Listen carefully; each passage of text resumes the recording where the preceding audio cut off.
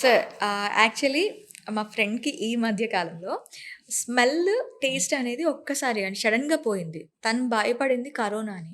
Actually corona సిట్యుయేషన్‌లో మనం అనుకున్న అంటే కరోనా అంతా అయిపోయిన తర్వాత ఇది ఫ్రీక్వెంట్‌గా వచ్చే ఛాన్సెస్ ఉంటాయి అని చెప్పి.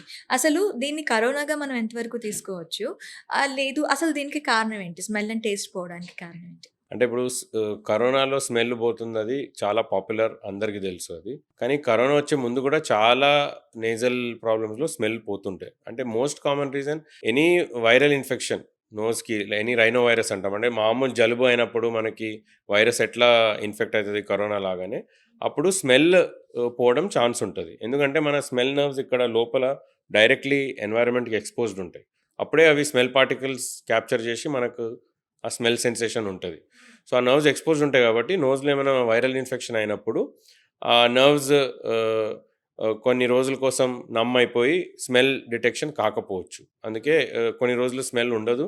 And then it recovers back. Most of the పేషెంట్స్‌లో రికవర్ అయిపోతది.